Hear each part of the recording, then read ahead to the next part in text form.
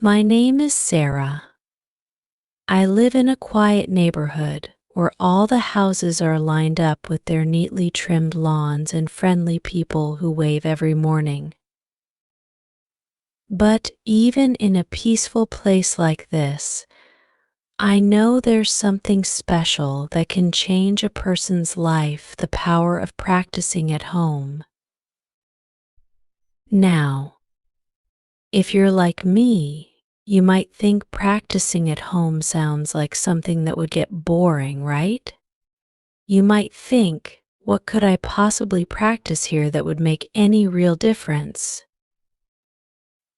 Well, let me tell you a story one that shows you how practicing at home can change more than just what you're doing. It can change who you are.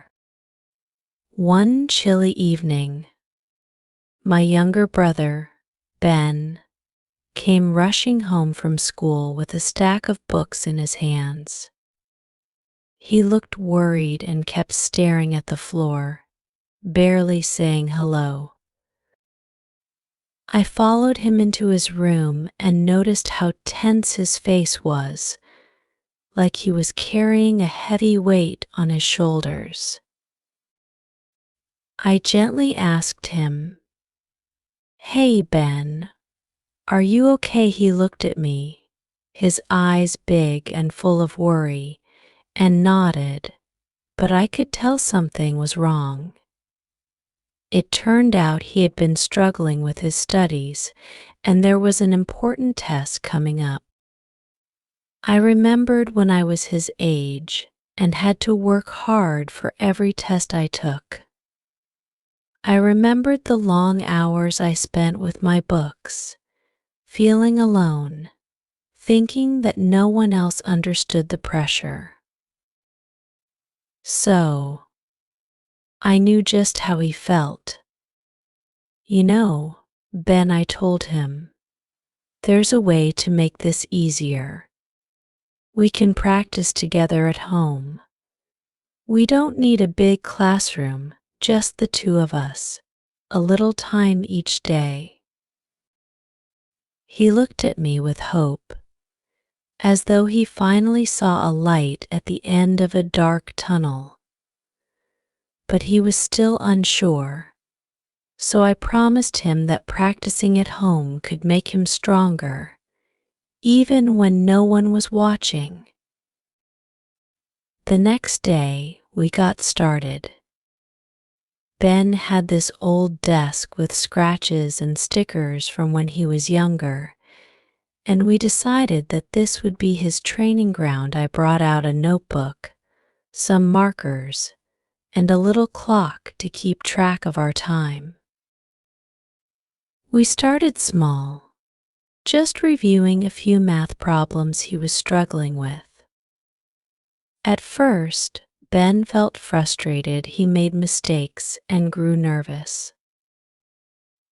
But each time, I reminded him that mistakes are part of the process. "It's like learning to ride a bike," I said with a smile. "You fall, you get back up, and you keep going until one day you're riding without even thinking about it." Days turned into weeks, and Ben's confidence grew.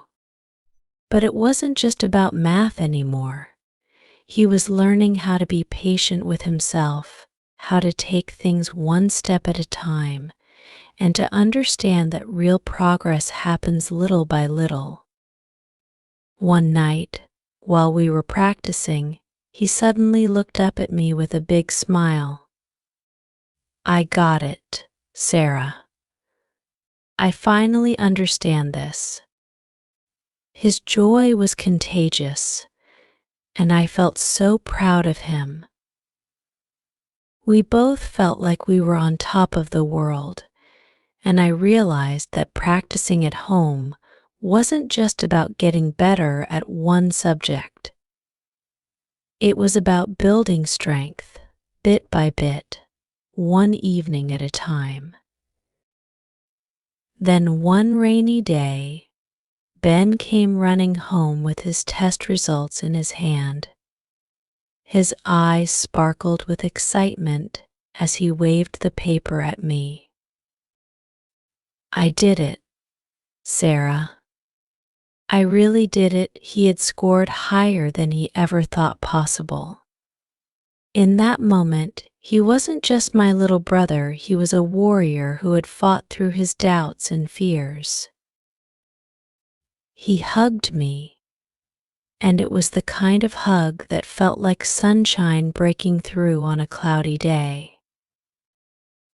I want you to know that this journey we took, starting with small steps, showed both of us that practicing at home doesn't require a lot of tools or a fancy setup. It's a way to learn patience, resilience, and confidence. You can practice anything at home: sports, music, even how to be kinder to others. And while it may seem hard at first, keep going. Because as you practice, you'll start to feel the changes within you, just like Ben did.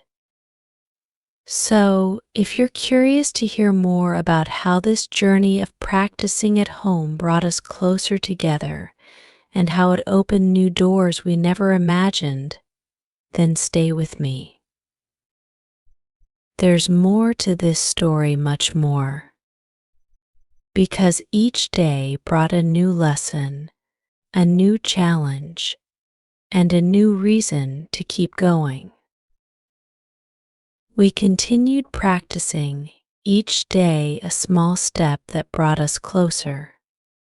Ben's confidence was growing, and even our parents started noticing a difference in him. He had this spark in his eyes, a little fire that came from deep inside him. I could see it in the way he held his head high, the way he didn't shy away from challenges anymore. One afternoon, while we were reviewing some notes, he looked up and said, "Sarah, I think I'm actually good at this." "I never thought I could be." I smiled, holding back tears, because in that moment I realized that he wasn't just learning math, he was learning to believe in himself. One evening, we decided to change things up and practice outside on the back porch. It was a warm night, and the stars were shining bright in the sky. The crickets were chirping, and everything felt calm. I spread out a few flashcards, and we took turns going over them. As we worked, Ben would sometimes stop to look up at the stars, a dreamy look in his eyes. "Do you think that if I work hard enough, I could be anything I want?" he asked, his voice barely a whisper. I nodded, feeling a lump in my throat. "Yes, Ben, I truly believe you can." It all starts with believing and practicing every day. There was something magical about those nights. Sitting out there, under the sky, we weren't just siblings, we were two people sharing dreams, fears, and hopes. Each time Ben got an answer right, I would clap for him, and he would laugh, his laughter ringing out like a song. The joy he felt was real, and it reminded me that even the smallest victories are worth celebrating. As time passed, Ben began to find his rhythm.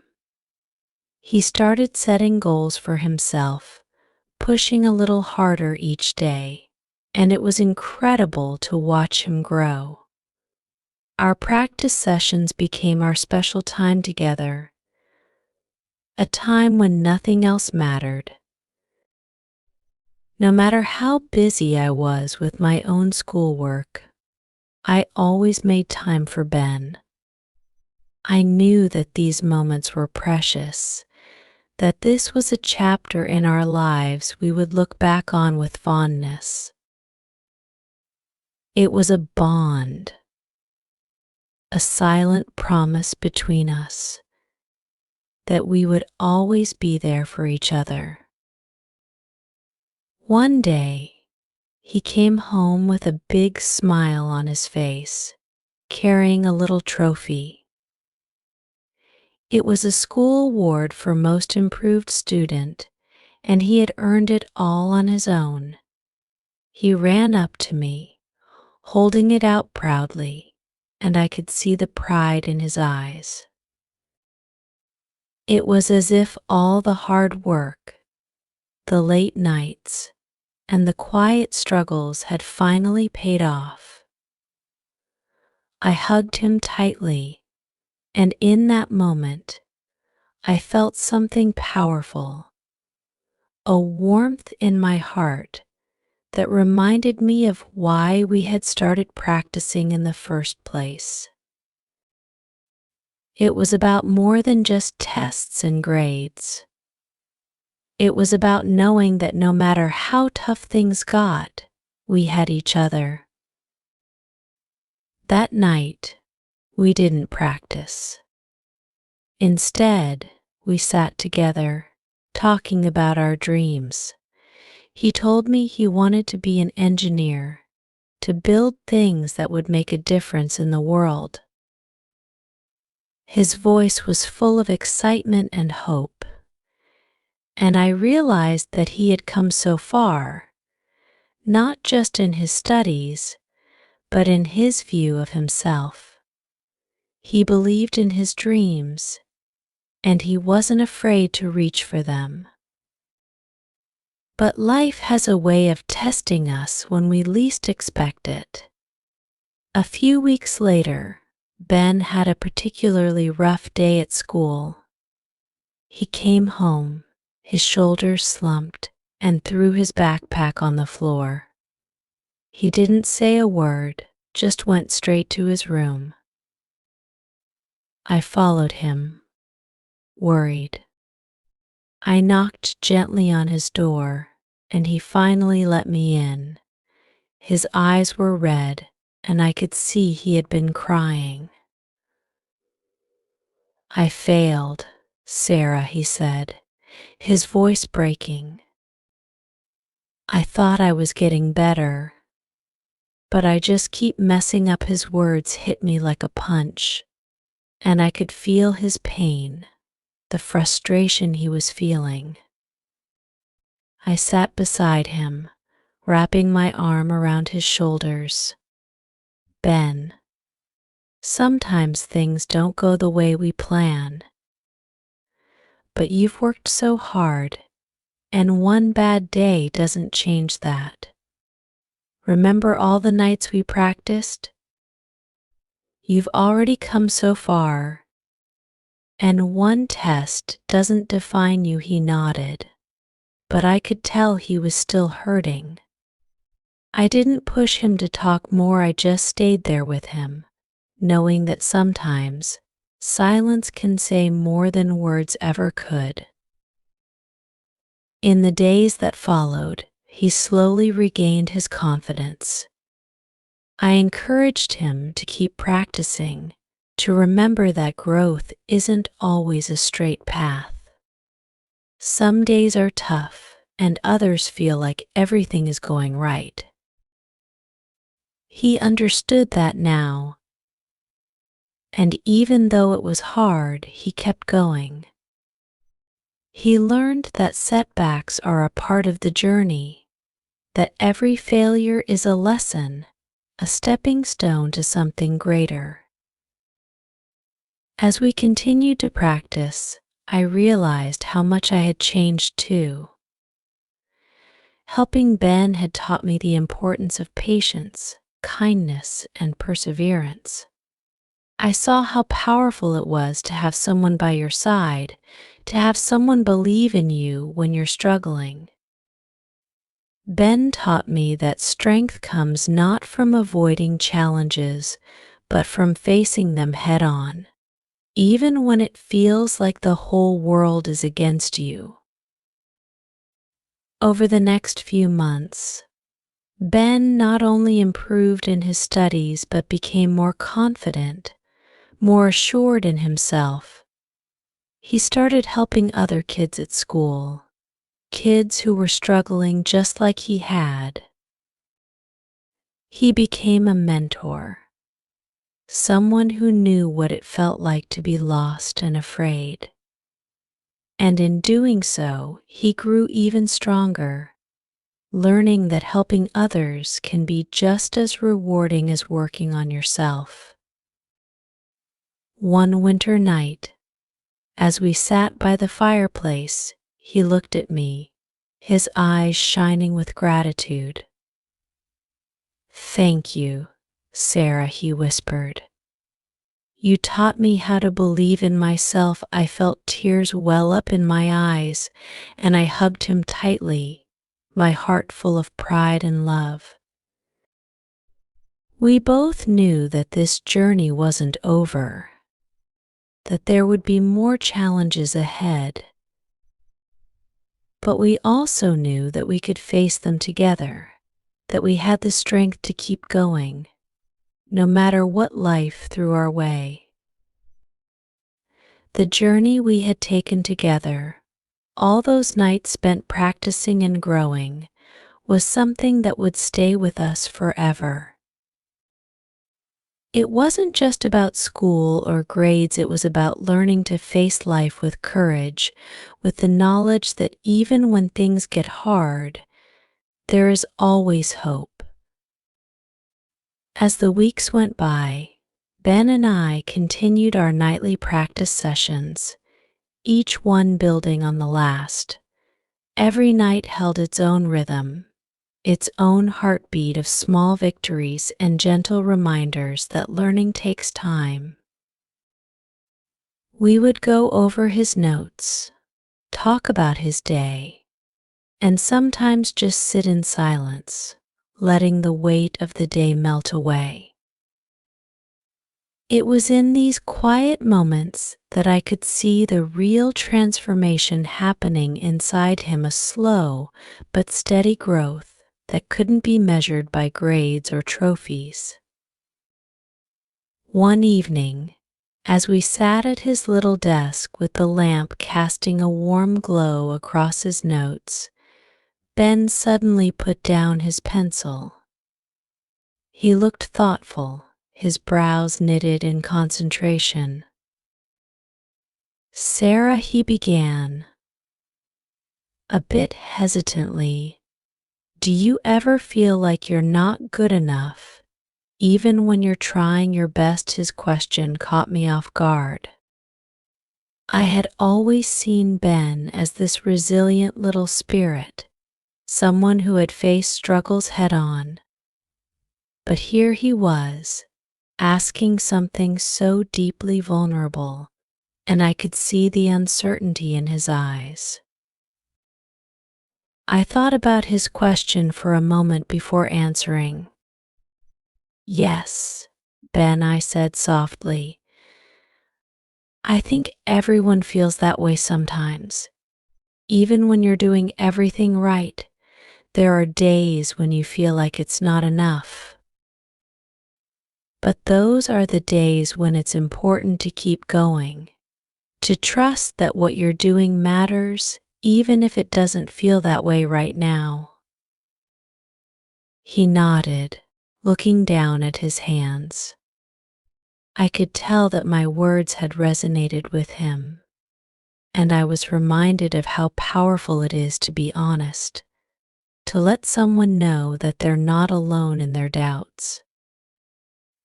That night, after Ben went to bed, I found myself thinking about all the small moments we'd shared, the laughter, the struggles, the tiny steps forward. I realized that helping him had given me a purpose, something to look forward to each day. In helping him find his strength, I had discovered my own. The following week, something amazing happened. Ben was invited to participate in a school competition, a math quiz, something he never would have imagined doing before. He was nervous, of course, but I could see the determination in his eyes. We spent every evening going over practice questions, working together until he felt ready. On the day of the competition, as he stood by the door with his backpack slung over his shoulder, he turned to me with a little smile. "I think I'm going to do well, Sarah," he said. And I knew he would, not because he had memorized every answer, but because he believed in himself. When he came home that evening, his smile was bigger than ever. He had done well. He hadn't won first place, but he had placed in the top 5, and that was more than enough for him. He handed me a small ribbon he had received, his eyes shining with pride. "This is for you," he said, pressing it into my hand. "I couldn't have done it without you in that moment." I felt something indescribable, a mixture of pride, love, and gratitude. This small ribbon, this simple piece of cloth, held all the hours, all the patience, and all the heart we had poured into those nights together. As the months went by, Ben grew even more. He took on new challenges, tried new things, and slowly, he was becoming someone who wasn't afraid to take risks. His confidence spread to other parts of his life. He joined the school band, started volunteering at the library, and even tried out for the basketball team. Each new activity was a step toward becoming the person he wanted to be, and I was there, cheering him on every step of the way. One afternoon, as we walked home from school, Ben suddenly looked at me with a serious expression. "Sarah, I want to tell you something," he said. I felt a pang of worry, wondering if something was wrong. But as he continued, I realized it was quite the opposite. "I want to be like you," he said, his voice barely above a whisper. "You always help people, even when it's hard. You never give up on anyone, not even me." I felt my eyes welling up, and I couldn't help but reach over and hug him right there on the sidewalk.